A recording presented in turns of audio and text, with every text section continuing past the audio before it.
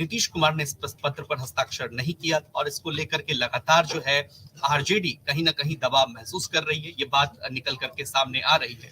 पत्र में विपक्षी नेताओं ने सिलसिलेवार तरीके से बताया था कि केंद्रीय एजेंसी के बड़े नेताओं को लगातार जो है वो परेशान कर रही है।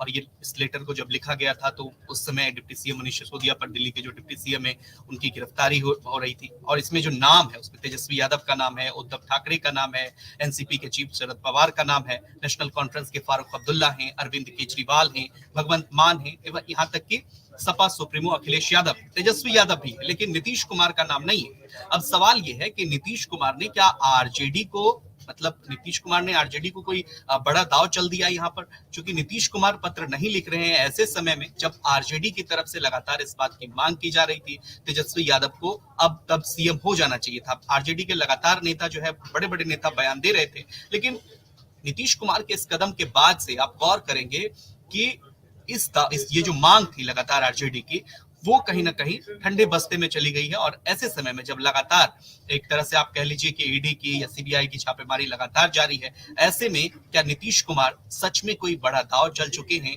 और इस दांव से उन्होंने आरजेडी को बड़ा झटका दे दिया है? हम रुख करते हैं, हमारे साथ रोहित सिंह जुड़े हुए हैं, डिप्टी एडिटर हैं आज तक के, रमेश तिवारी सर हैं, एग्जीक्यूटिव एडिटर हैं आज तक के। सर बहुत बहुत स्वागत है आपका। रमेश तिवारी सर, पहला सवाल, क्या नीतीश के दाव से आरजेडी चित हो गई है? क्योंकि देखिए ये एक कदम आगे की राजनीति है नीतीश कुमार की, और नीतीश कुमार जब शांत होते हैं उनकी खामोशी के पीछे कोई बड़ा तूफान छिपा होता है। अक्सर 10 साल के उनके पॉलिटिकल कैरियर को देखें तो ये बात निकल करके सामने आती है। रमेश तिवारी सर। देखिए आशीष, मतलब चित तो हो या ना हो, लेकिन नीतीश कुमार ने टाइम जो है वो थोड़ा बाई कर लिया, थोड़ा टाइम उनको मिल गया है। वो लगातार पिछले 6 महीने से जब से गठबंधन बना है और जब से नीतीश कुमार मुख्यमंत्री बने हैं आरजेडी के साथ अलायंस में, उसके बाद आप देखेंगे कि आरजेडी के नेता लगातार ये बयानबाजी करते रहे हैं जेडीयू कमजोर हो रही है और उसका फायदा उठाना चाह रहे थे जेडीयू। खासकर नीतीश ने जब ये उत्तराधिकारी वाली बात की कि तेजस्वी उत्तराधिकारी रहेंगे, तो उसके बाद से हमला जो है आरजेडी की तरफ से जेडीयू पे बढ़ गया था और ये लगातार हमले हो रहे थे, लगातार नेता बयानबाजी कर रहे थे।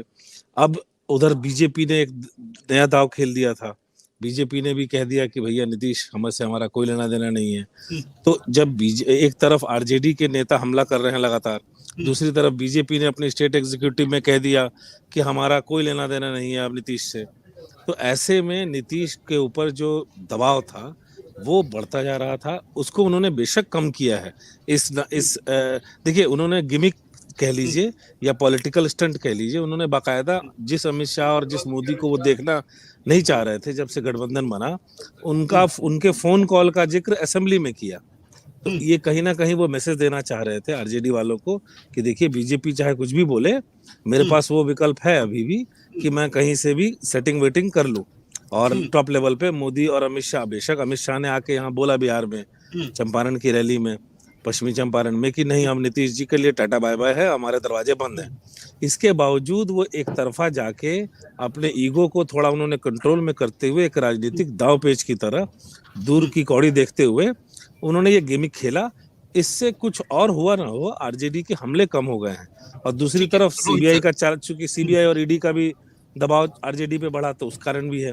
लेकिन मुझे ये लगता है कि ये सिर्फ टाइम बिंग है, 10, 15, 20 दिन में फिर से वही हमला शुरू हो जाएगा, ऐसा मुझे लगता है। रोहित सर, देखिए जिस तरह की बातें निकल करके सामने आई, विधानसभा में भी आपने देखा नीतीश कुमार जब बोल रहे थे तो अमित शाह का उन्होंने जिक्र किया था, और एक ऐसे समय में जब देखिए लालू परिवार पर शिकंजा लगातार कसता जा रहा है, नीतीश कुमार पर एक दबाव था, प्रेशर पॉलिटिक्स थे आरजेडी की शुरुआत से लेकर के जब से महागठबंधन की सरकार बनी कि तेजस्वी को सीएम हो जाना चाहिए था, उसमें एक कमी आई है। और इस मौके की, वक्त की नजाकत को देखते हुए नीतीश कुमार ने बड़ा दाव चला है।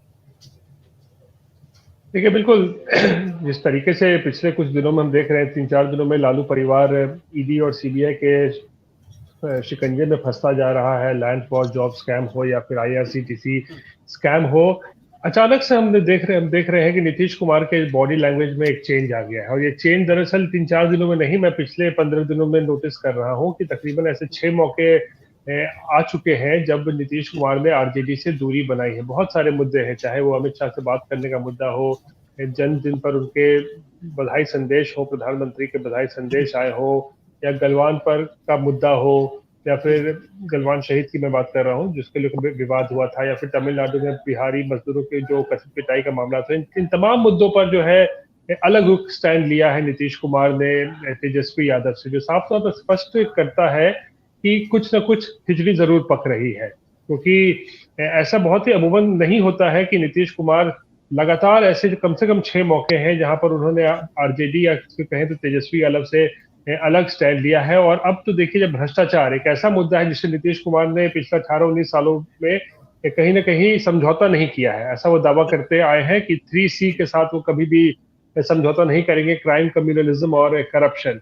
और यही करप्शन है, यही घोटाला था जिसको लेकर 2017 में उन्होंने तेजस्वी यादव को जवाब मांगा और फिर सत्ता से अलग हो गए थे वो आरजेडी के साथ जो का गठबंधन था। और फिर वही घोटाला एक बार फिर सामने जो है मुंह बाए खड़ा है, और लालू परिवार फिर उसी घोटाले में जो है कार्रवाई तेज हो गई है, सीबीआई के साथ साथ ईडी की भी एंट्री हो गई। निश्चित रूप से घूम रहा है सर। हम रुक करेंगे डॉक्टर संजय कुमार सर, आपका बहुत बहुत स्वागत है। देखिए रोहित सर जो बात कह रहे थे, सर नीतीश कुमार ने हमेशा कहा कि वो 3C से समझौता नहीं करेंगे, क्या उसी का एक हिस्सा और वक्त सटीक था जो लगातार दबाव था नीतीश कुमार पर कुर्सी छोड़ने का, वो अब कमता दिख रहा है? नहीं, हम इसको कमता हुआ नहीं बता सकते हैं, लेकिन हाँ, नीतीश कुमार जो बैकफुट पर जाते हुए दिख रहे थे वो थोड़ा सा स्टैंड उन्होंने लिया, फ्रंट फुट पे आ गए। और करप्शन, हाँ नहीं, फ्रंट फुट पर अभी नहीं आए हैं, लेकिन थोड़ा उन्होंने स्टैंड लिया। और नीतीश कुमार जी के तेवर को अगर देखेंगे तो हमेशा जिस गठबंधन में वो रहते हैं उससे इतर वो निर्णय लेते रहे। जब वो एनडीए के साथ भी थे तो कुछ निर्णय ऐसे होते थे इनके जो एनडीए के निर्णय अलग होते थे, नीतीश कुमार के निर्णय अलग होते थे। और करप्शन को लेकर के बड़ा ये सतर्क रहते। ये अपने को कहते हैं कि भाई मैं तो सुचिता की राजनीति करता हूँ, सुशासन बाबू के नाम से ये जाने जाते हैं। इस छवि को बचाने के लिए इन्होंने ये स्टैंड लिया कि कल अगर कोई केस चार्जेस होता है, फ्रेम होता है और कोर्ट सजा देती है तो कल हम उस कतार में खड़े न रहे। कल की कोई परिस्थितियां बने तो मैं कहूं कि नहीं, मैं तो हमेशा से करप्शन के खिलाफ रहा हूं। जब सारे तो यही वजह है जी सर, जी आपके बात आपके पास फिर आएंगे। अमिताभ भूषण सर, जो बात कह रहे हैं डॉक्टर संजय कुमार जी, क्या ये बात सही है कि अपने क्लीन इमेज को वो दाव पर नहीं लगाना चाहते नीतीश कुमार, और इसी एक तीर से वो 2 निशान, उनकी पार्टी का निशान भी तीर छाप है, और यहाँ पर भी वो एक तीर से 2 निशान लगाते दिख रहे हैं? देखिए, 2 बात है। पहली बात तो ये है कि नीतीश कुमार के जिस क्लीन इमेज की बात हो रही है वो सब अतीत का हिस्सा है। अतीत में कभी वो बेदाग होते थे, अब सारे दाग ही दाग नीतीश कुमार पे हैं। और नीतीश कुमार की पूरी सियासत चुड़-चुड़ मुड़-मुड़ की सियासत है, जिसमें गइयो हूँ बछड़ुओ हूँ। तो ये हूँ अपनी सुविधा के हिसाब से वो करते हैं। और ये बात सही है कि वो हमेशा जिस गठबंधन में होते हैं उस गठबंधन में रहते हुए सामने वाला जो विकल्प होता है उसमें भी अपनी गुंजाइश बनाए रखते हैं, और अपनी राजनीति को उस गठबंधन में रहते हुए भी गठबंधन के साझेदार से अलग दिखाने की उनकी कोशिश होती है। उसी कोशिश का वो एक दोहराव कर रहे हैं। ये इसलिए भी होता है क्योंकि नीतीश कुमार को पता होता है कि भाई उनको फिर से पलटना है या इधर उधर करना है, तो उसके लिए वो गुंजाइश बना के रखते हैं। अभी का जो ताजा प्रकरण है, अगर नीतीश कुमार CCC पर समझौता नहीं करते हैं तो क्यों चले गए वो तेजस्वी यादव के साथ सरकार में? सवाल तो ये भी होगा। और दूसरी बात कि अगर वो तेजस्वी यादव को 1 सेकंड के लिए भूल भी जाए तो ललन सिंह तो उन्हीं के खास हैं। जिन ललन सिंह ने जिन भ्रष्टाचारी लालू परिवार के खिलाफ दस्तावेजों को इकट्ठा किया और उन दस्तावेजों को इकट्ठा करके एजेंसियों तक पहुंचाया, उन ललन सिंह पर तो नीतीश कुमार को भरोसा रहा ही होगा। फिर वो उस भ्रष्टाचारी परिवार के साथ कैसे चले गए? और जब चले गए तो उसके बाद जब महाराष्ट्र की घटना होती है तो नीतीश कुमार कहते हैं लोकतंत्र खतरे में, देख रहे हैं ना क्या हो रहा है। और जब तेजस्वी यादव का मामला हो या लालू यादव का मामला हो तो तेजस्वी यादव को बुला करके जानकारी लेते हैं। उसमें जानकारी लेने जैसा क्या है? कुल मिला के ये है कि नीतीश कुमार देखिए एक बात समझ रहे हैं, ताजा जो बिहार का मामला है, खासतौर पर ये जमीन नौकरी जमीन का जो मामला है, इसमें नीतीश कुमार एक बात बहुत अच्छी तरीके से समझते हैं कि जो भी जांच एजेंसी केंद्रीय काम करती है, कहीं भी काम करती है, चाहे वो सीबीआई हो अथवा ईडी हो या कोई और एजेंसी हो, उस एजेंसी में जो जांच करता है या जो अधिकारी हैं जो वहाँ काम कर रहे हैं, उनकी पढ़ाई न तो किसी चरवाहा विद्यालय से हुई है, न मनीष सिसोदिया के स्कूल से हुई है। उन लोगों की पढ़ाई लिखाई ठीक ठाक जगह से हुई है, उनकी ठीक ठाक समझ है। तो ऐसा नहीं है कि किसी पॉलिटिकल मास्टर के कह देने पर से जांच अधिकारी कूद के पहुंच जाएगा किसी नेता, विपक्षी नेता के तो पास। क्या समझा जाए रमेश तिवारी सर, जो बात कह रहे हैं अमिताभ भूषण सर, क्या समझा जाए? बीजेपी से गठबंधन का स्कोप वो खत्म नहीं करना चाहते नीतीश कुमार, क्योंकि यही मौका था जब तो गठबंधन टूटा था नीतीश कुमार का आरजेडी के साथ, यही करप्शन वाली बात तब भी निकल करके सामने आई थी। हालांकि ये बात तब मैं कह रहा हूं जब अमित शाह पटना में आते हैं और इस बात का ऐलान कर चुके हैं वो नीतीश कुमार से अब कभी समझौता नहीं होगा। देखिए आशीष, वो समझौता खत्म हो चुका, वो उन्हें भी पता है। वो समझौता खत्म हुआ मानते हुए दिखना नहीं चाहते हैं, अंतर है दोनों में। समझौता खत्म हो चुका है, वो उनको पता है कि बीजेपी ने उनको बोल दिया है कि दरवाजे से बाहर जाइए। आप मतलब शालीनता से बोल दिया है, विनम्रता से, गाली गलौज की भाषा में तो नहीं बोलते हैं नेता, या पर्दे के पीछे बोलते हैं, लेकिन सामने तो अच्छी ही भाषा बोलते हैं।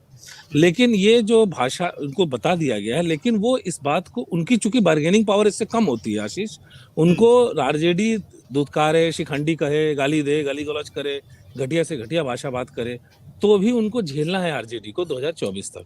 ये रास्ता उन्होंने खुद चुना है, ये रास्ता उन्होंने खुद इसलिए चुना है। देखिए, अब हम चाहे जितने भी नीतीश को गाली दे दें, पलटी मार बाबा की या चाचा की 2 साल 3 साल की मियाद होती है, वैलिडिटी पीरियड। जो वो नया कूपन खरीदते हैं ना मोबाइल वाला, एयरटेल से अगर जाते हैं, जब दूसरे मोबाइल सेवा लेते हैं, तो जब जाते हैं एयरटेल से वोडाफोन में, तो 2 साल 3 साल तक वो उसके साथ टिकते हैं। उनका एवरेज देख लीजिए, 2014-15 में, फिर 17 में पलटी मारी उन्होंने, और 17 से फिर 22 में पलटी मारी। तो ऐसा नहीं है, लेकिन उनको भी पता है कि बीजेपी ने हमेशा के लिए टाटा बाय बाय कर दिया है, लेकिन वो दिखाना नहीं चाहते। वो पब्लिक में पोस्चरिंग बना के रखना चाहते हैं, आरजेडी को भी दिखाना चाहते हैं, बीजेपी को भी बताना चाहते हैं, और बीजेपी को इससे गुरेज भी नहीं है, क्योंकि बीजेपी को दिलचस्पी नीतीश में बिल्कुल भी नहीं है। बीजेपी का की नजर नीतीश के वोट बैंक पे, वो ये चाहते तो हैं। क्या ये बीजेपी चाहती है आरजेडी पर नीतीश कुमार का प्रेशर पॉलिटिक्स है? डॉक्टर संजय कुमार। बिल्कुल प्रेशर पॉलिटिक्स है। अब जिस तरह से आरजेडी के लोग बोल रहे थे, यही विजय मंडल कहे कि फगुआ के बाद चीजें बदल जाएगी बिहार में, तेजस्वी यादव का सत्तारोहण, होली भी निकल गया, 14 जनवरी भी निकल गया, लेकिन मुख्यमंत्री तो नहीं बने अब तक तेजस्वी। अरे ठीक है, तो ये बताना चाहते हैं कि देखिए, राजनाथ सिंह से भी हमारी बात हो रही है, प्रधानमंत्री जी भी हमें विश कर रहे हैं, अमित शाह जी ने भी, जब राज्यपाल बिहार में नए राज्यपाल आए तो इसकी जानकारी उन्होंने दी। तो इन चीजों को बता करके वो बताना चाहते हैं कि हमारे रिश्ते बीजेपी से अभी उतने खराब नहीं हुए, और नीतीश कुमार इसके लिए जाने जाते हैं कि संभावनाओं के द्वार वो कभी बंद नहीं करते। ठीक है, कोई परिस्थिति बनी जिसमें भारतीय जनता पार्टी उन पर दबाव बना रही थी, खास करके मुख्यमंत्री को लेकर के, तो इन्होंने आरजेडी का रास्ता अख्तियार कर लिया। कल आरजेडी अगर बहुत इन पर दबाव बनाएगी तो उसके बाद फिर ये कुछ तय करेंगे, तो वो तो करते हैं। लेकिन जो विषय है हम लोगों का कि आखिर उन लोगों की चिट्ठी में नीतीश कुमार जी ने अपना सिग्नेचर क्यों नहीं किया?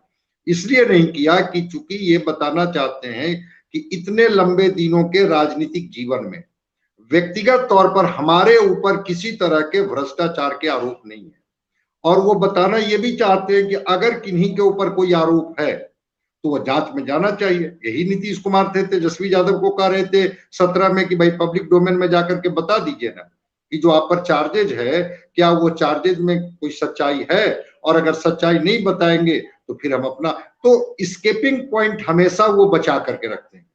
कल कोई परिस्थिति ऐसी बनेगी बिहार में। सर, सवाल ये है, पटना के पॉलिटिक्स में नीतीश कुमार को लेकर के क्या चल रहा है? उनके हालिया बयान को देखें, वो सदन में कहते हैं कि गृह मंत्री से बात हुई है, राजनाथ सिंह जी का फोन आया था, इस तरह की बात वो करके आरजेडी की धड़कनें बढ़ा देते हैं, और फिर बयानबाजी का दौर जो है वो ठंडा पड़ जाता है।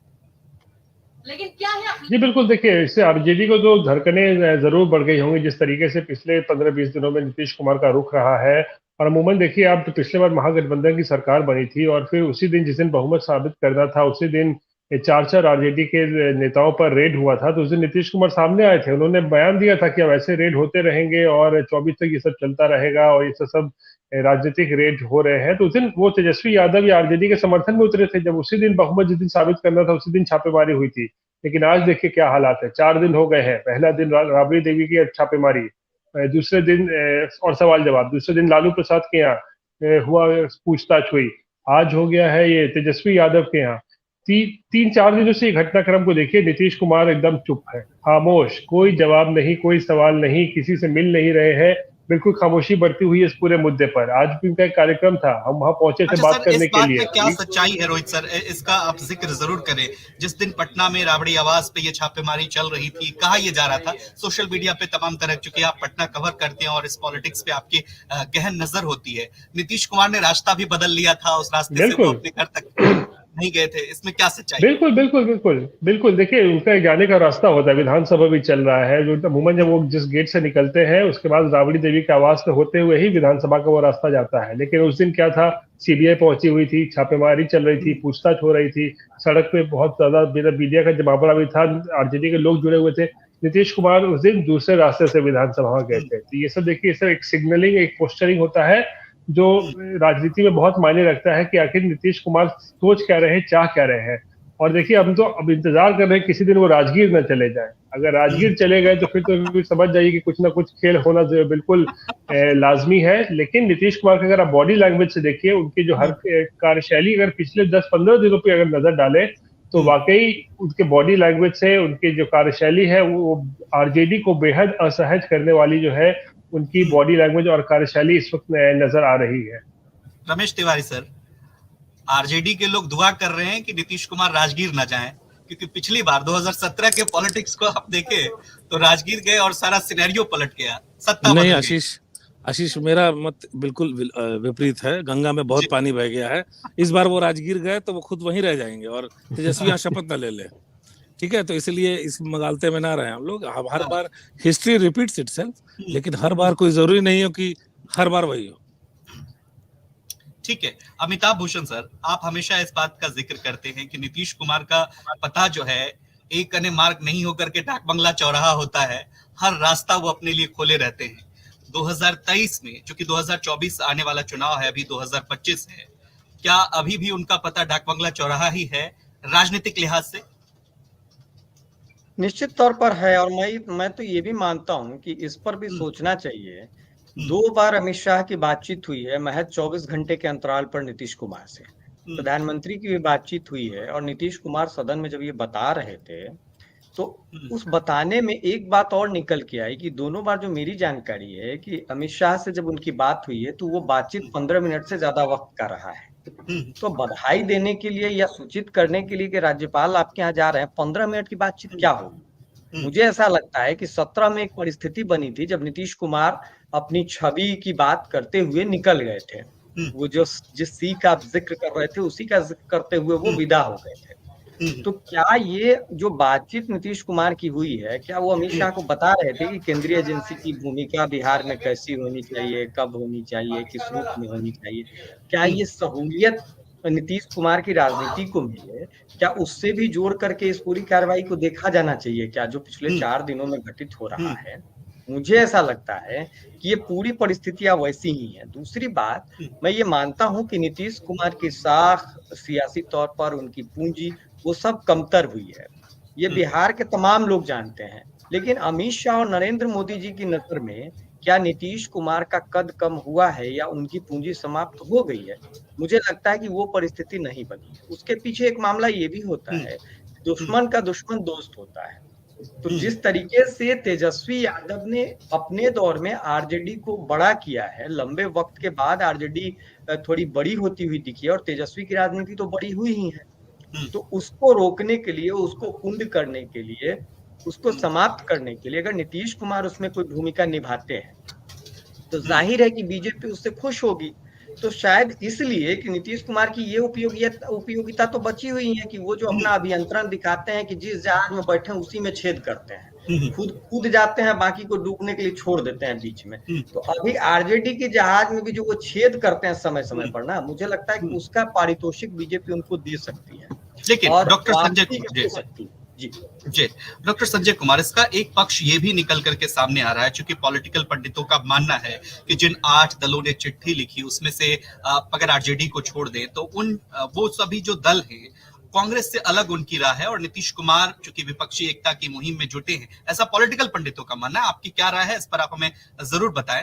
नीतीश कुमार नहीं चाहते कि कोई अलग से कांग्रेस के अलग कोई धारा खड़ी होती है, तो अभी जो है विपक्षी एकता के लिए वो ठीक बात नहीं है, इसलिए जो है वो उस चिट्ठी में साइन नहीं कर पाए नीतीश कुमार, या फिर उनकी पॉलिटिक्स का ये हिस्सा हो सकता है?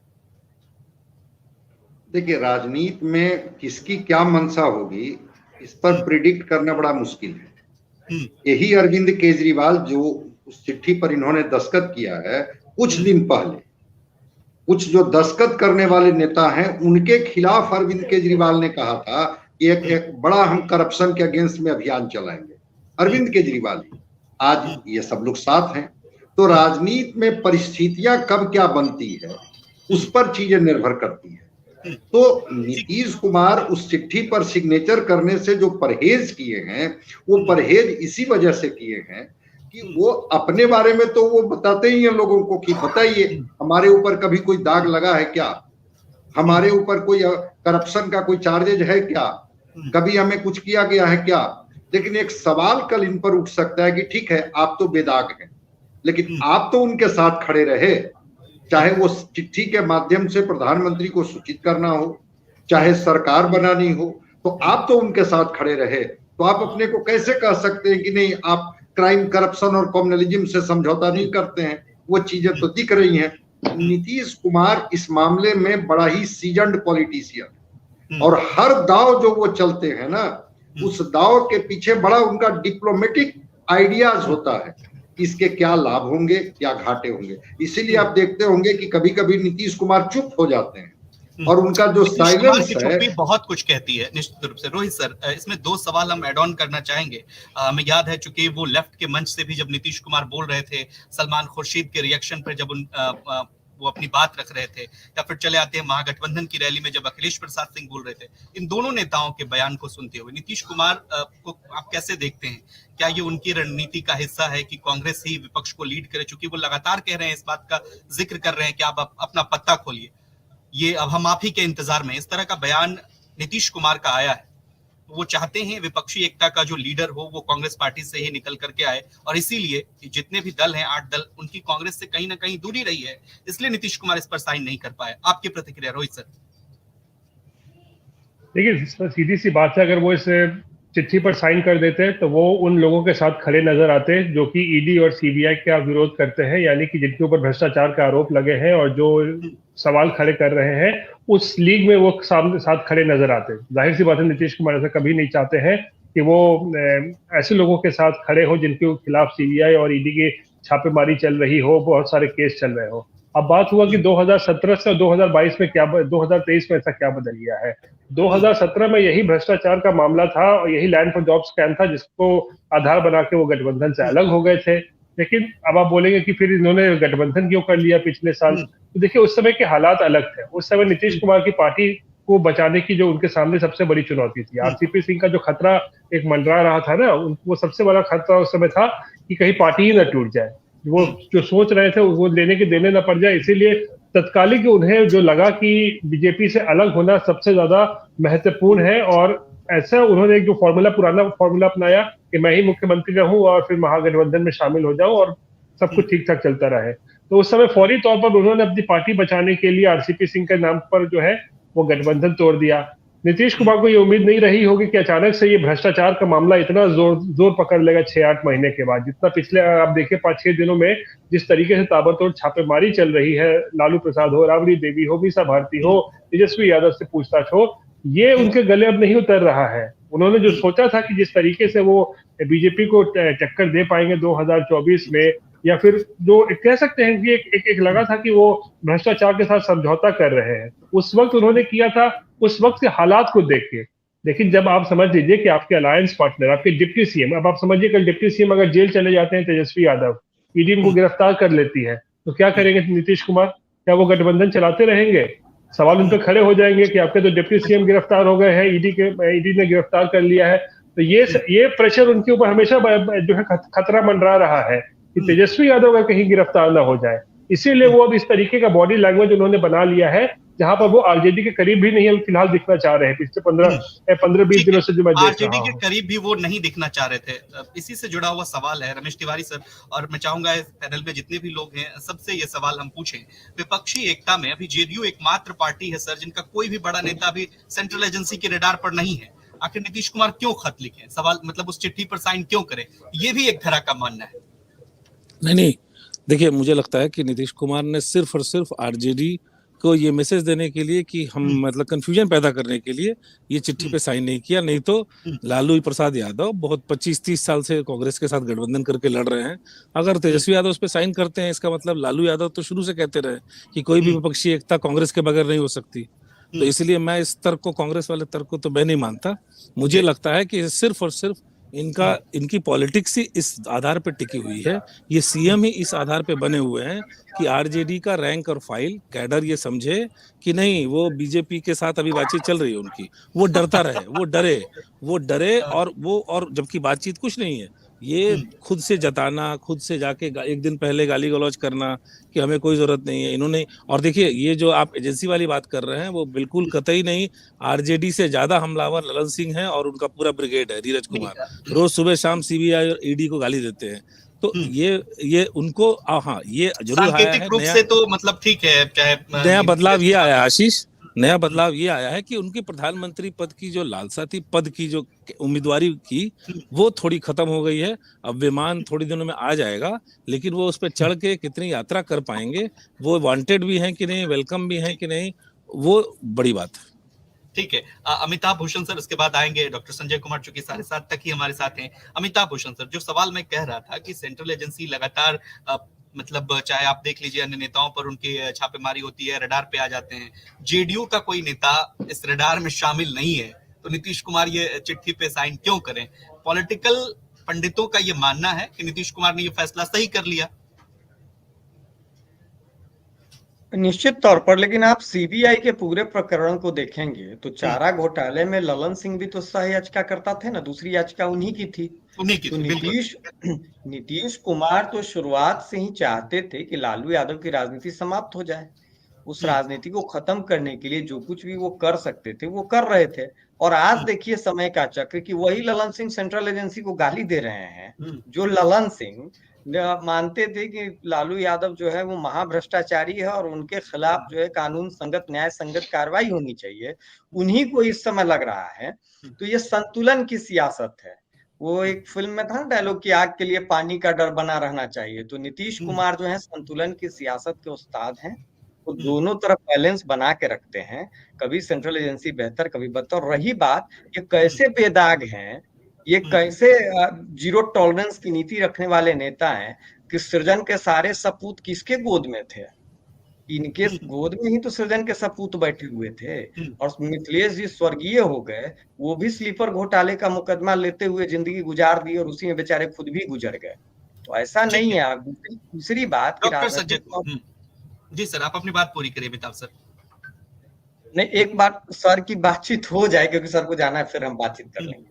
ठीक है, डॉक्टर संजय कुमार, सवाल ये है कि विपक्षी एकता को लेकर नीतीश कुमार कई बार खाका तैयार कर चुके हैं, जैसा कि मैंने जिक्र भी किया कि लेफ्ट का मंच हो या फिर महागठबंधन का मंच हो, लेकिन अब तक इसको लेकर कोई पहल नहीं हुई है। तो ऐसे में ये साइन नहीं करके नीतीश कुमार उधर भी कोई प्रेशर पॉलिटिक्स अपना क्रिएट करना चाहते हैं? मैं ऐसा नहीं समझता हूँ। कोशिश तो इन्होंने की थी, जब महागठबंधन में ही गए थे तो दिल्ली में सारे नेताओं के यहाँ चाय पी लिए थे। उसके बाद हरियाणा की रैली से लेकर के और जहां भी इनको संभावना दिखी कोशिश की। सलमान खुर्शीद जब माले के मंच पर थे तो वहां भी उन्होंने कहा कि भाई तय कीजिए नेतृत्व कब कीजिएगा, किसको करना है। थर्ड फ्रंट की भी इन्होंने कोशिश की, मेन फ्रंट की भी इन्होंने कोशिश की, लेकिन इनको बहुत तवज्जो नहीं, इस वजह से ये विड्रॉ कर लिए। चूंकि इनको लगा कि कांग्रेस नेतृत्व जो है वो किसी भी कीमत पर राहुल गांधी से इतर किसी भी व्यक्ति को प्रधानमंत्री के तौर पर स्वीकार करने के लिए तैयार नहीं। कुछ पार्टियां जो अलग अलग राज्यों में जिसका क्षेत्रीय प्रभाव है, क्षेत्रीय पार्टियां हैं, उनका लड़ाई सीधे सीधे कांग्रेस से होती है, वो कांग्रेस के साथ जाना नहीं चाहते हैं। बीच बीच में ममता बनर्जी कभी नरेंद्र मोदी जी की तारीफ कर देती हैं, कभी किन्हीं और की तारीफ कर देती हैं, तो चूंकि कोई इनका कॉकटेल बन नहीं पाए। लेकिन फिर मैं दोहरा रहा हूं कि ये उस कतार में नहीं खड़ा होना चाहते हैं जिसमें इन पर कल आरोप लगे कि भाई आपने तो ठीक है, आप पर कोई करप्शन के चार्जेस नहीं थे, लेकिन जिन पर चार्जेस थे उनकी छटपटाहट, उनकी व्याकुलता तो समझ में आ रही थी, लेकिन आप क्यों व्याकुल थे जो उस चिट्ठी पर साइन करके आप भी उस कतार में शामिल हो गए। वो मिस्टर क्लीन की छवि बचाने के लिए एक बड़ा डिप्लोमेटिक तरीके से इन्होंने उस चिट्ठी पर साइन नहीं की। विपक्षी एकता की कवायद एक अलग पार्ट है जिसमें इनको अभी तक सफलता नहीं मिली है, कल क्या होगा मैं नहीं जानता हूं, लेकिन चिट्ठी पर सिग्नेचर के पीछे इनका जो अपना जो एक फेस को बचाने की जो कोशिश है, उस कोशिश के तहत इन्होंने चिट्ठी पर नहीं साइन किया, मैं जहां तक चीजों को समझ पा रहा हूं। चलिए, बहुत शुक्रिया सर, आप शॉर्ट नोटिस पर हमारे साथ जुड़े। आगे भी हम आपसे बातचीत करेंगे, लेकिन रोहित सर, सवालों का सिलसिला जारी है और क्या फिर से मुश्किल में घिरी आरजेडी, चूंकि आप लगातार देखिए जिस तरह से छापेमारी चल रही है, ऐसे कहीं ना कहीं आरजेडी को ये खतरा है कि कहीं मतलब अगर जिस तरह का जिक्र पहले भी रमेश तिवारी सर कर रहे थे या अमिताभ भूषण सर कर रहे थे कि अगर तेजस्वी पे कोई कार्रवाई हो जाती है, वो उन पर कुछ हो जाता है, जेल चले जाते हैं, ऐसे में आरजेडी जो है अब अपने बयानों को लेकर के संयमित हो गई है। नीतीश कुमार पर कोई उस तरह का बयान नहीं देना है और इसी मौके का फायदा नीतीश कुमार ने उठा लिया। और नीतीश की पॉलिटिक्स को समझना लोगों के बस की बात नहीं है। आरजेडी के मतलब जो अभी युवा नेता हैं उनको और समझना पड़ेगा नीतीश कुमार की पॉलिटिक्स को। बिल्कुल, देखिए जिस तरीके से हमलावर थे आरजेडी के नेता और लगातार पावर ट्रांसफर की बात कर रहे थे, नीतीश कुमार को कह रहे थे कि अब मुख्यमंत्री बनाने का समय आ गया तेजस्वी यादव को, तो वो जो हमले, जो जितने तीखे हमले हो रहे थे उसमें कहीं ना कहीं कुछ लगाम तो जरूर लगी है। क्योंकि देखिए अभी आरजेडी के घर में खुद आग लगी हुई है, तो पहले वो अपने घर की आग को बुझाएगी या फिर दूसरे के आग को देखेगी कि मतलब पहले तेजस्वी को कैसे बनाए, मुख्यमंत्री नहीं बनाए। तो अभी जो फिलहाल है, जो उनका पार्टी के सबसे प्रमुख है, टॉप बॉस जो है, लालू प्रसाद हो, राबड़ी देवी, मीसा भारती, तो तमाम लोग को 15 मार्च को जब सीबीआई की कोर्ट में पेश होना है, तो सबकी नजरें या धड़कनें जो है अभी अटकी हुई है 15 मार्च को लेकर कि 15 मार्च को दरअसल होगा क्या। जो कॉग्निजेंस ले लिया है कोर्ट ने उस पूरे चार्जशीट का लैंड फॉर जॉब घोटाले में, तो उस कॉग्निजेंस के बाद क्या कोई, जब मामला चलेगा तो क्या कोई अरेस्टिंग होगी, या लालू प्रसाद को गिरफ्तार कर लिया जाएगा या मीसा भारती को, या क्या होगा, उस पे सबकी जो है पूरा फोकस अभी वहीं पर लगा हुआ है। तो जाहिर सी बात है अभी किसी के पास आरजेडी के अंदर इतनी अभी फिलहाल कुवत नहीं है कि अभी ऐसे हालात में जब घर में खुद ही आग लगी हुई हो, वो अब नीतीश कुमार के ऊपर दबाव बनाए कि तेजस्वी यादव को मुख्यमंत्री बनाइए। क्योंकि यहाँ तेजस्वी यादव के साथ ही क्या होगा ये कहना बड़ा मुश्किल है, क्योंकि जो हमारी जानकारी है कि आज जब तेजस्वी यादव के घर पर दिल्ली में पूछताछ चल रही थी तो तेजस्वी यादव भी वहीं थे, मौजूद थे ईडी की छापेमारी जब चल रही थी। तो आप समझ जाइए कि ईडी ने तेजस्वी यादव तक भी हाथ डाल दिया है। तो अब जब ईडी ने तेजस्वी यादव के ऊपर हाथ डाल दिया है तो मनीष सिसोदिया का क्या हाल हुआ, तो अब देख ही रहे हैं क्या हाल है। कल को अगर ईडी अगर तेजस्वी यादव को भी किसी ऐसे मामले में अगर कोई सबूत मिलते हैं, गिरफ्तार कर लेती है, तो फिर क्या आरजेडी के पास क्या बचेगा बोलने के लिए कि अब उनको मुख्यमंत्री बनाओ नहीं बनाओ। तो इसीलिए कहीं ना कहीं नीतीश कुमार को एक राहत की सांस जरूर ली होगी। इस तरीके की जो कार्रवाई हो रही है, कथित भ्रष्टाचारियों के खिलाफ जिस तरीके से कार्रवाई हो रही है, उससे नीतीश कुमार ने जरूर बिहार में अगर संदर्भ में हम बात करें तो कहीं ना कहीं राहत की सांस जरूर ली होगी कि उनके ऊपर जो हमले हो रहे थे या फिर जो उनके ऊपर दबाव बनाया जा रहा था पावर ट्रांसफर का, वो अभी फिलहाल जो है वो पूरी तरीके से बंद हो गया है।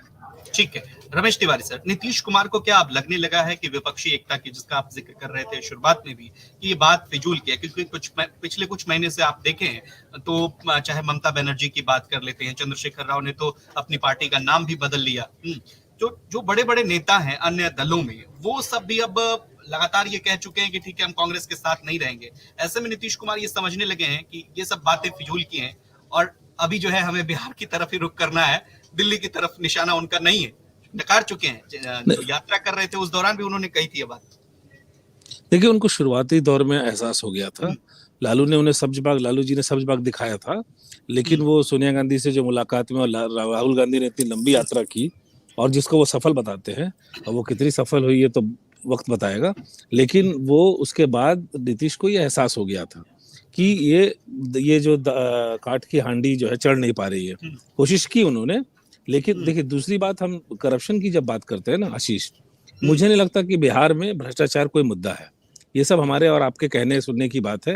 लालू जी चार मामलों में कन्विक्टेड हो चुके हैं, जेल में जा चुके हैं और पिछले 15-20 सालों से केस लड़ रहे हैं, लेकिन लगातार आरजेडी का वोट बैंक 30% के इर्द गिर्द रहा, सत्ता में आए ना आए। तो ये वोट परसेंटेज में उनके खास कोई गिरावट नहीं आई। हाँ, मतलब इजाफा हो या ना हो, लेकिन मुझे लगता है कि ये भ्रष्टाचार सिर्फ सहूलियत की राजनीति है। जात पात में इतनी उलझी हुई है बिहार की पॉलिटिक्स और कास्ट वगैरह में, जातियों के उसमें ये इसलिए ये सब जो हम लोग जो पोजीशनिंग कर रहे हैं या हम जो चर्चा कर रहे हैं, इसको नेता बहुत सीरियसली लेते नहीं है। सीबीआई ईडी अगर छापे मार रही है और आज से नहीं जांच कर रही है, ये तो 6 महीने पहले ही चार्जेस फ्रेम हो गए थे। अब चूंकि लालू लगातार सेहत का हवाला देते हुए सुनवाई से बचते रहे, तो इसलिए टाइमिंग अभी हम लोग ये कह रहे हैं। लेकिन सच ये है कि ये मामले तो बहुत दिनों से चल रहे हैं। तेजस्वी पे 1-2 साल पहले जब 2017 में की जब बात हुई थी, तब भी सीबीआई ईडी मॉल की बात कर रही थी। दानापुर में वो मॉल बन रहा है, गुरुग्राम के मॉल की बात हो रही थी, जो तेजस्वी कहते हैं कि ऐसा कोई मॉल ही नहीं है मेरे नाम पे। तो ये जो संपत्ति जो है अर्जित की है लालू जी ने, लैंड फॉर जॉब जिसे हम कहते हैं, तो जो जमीन है तो उसमें तेजस्वी का भी रोल है, मीसा का भी रोल है, ऐसा एजेंसी समझती है। लेकिन अगर वो कन्विक्ट भी हो गए तो उनकी चिंता बस इतनी रहेगी कि 2 साल की वो चुनाव लड़ने से वंचित ना हो जाए। जो अगर उनको कन्विक्शन भी हुआ, ये चिंता उनकी अभी है, मुझे ऐसा लगता है। लेकिन करप्शन एज ए मुद्दा, बल्कि उनकी पॉलिटिक्स को तो सीबीआई ईडी हवा दे रही है। वो ये अपने वोटर को समझा लेंगे कि भैया सीबीआई ईडी मोदी के इशारे पे काम कर रही है। ठीक है, अमिताभ भूषण सर, चूंकि अभी बिहार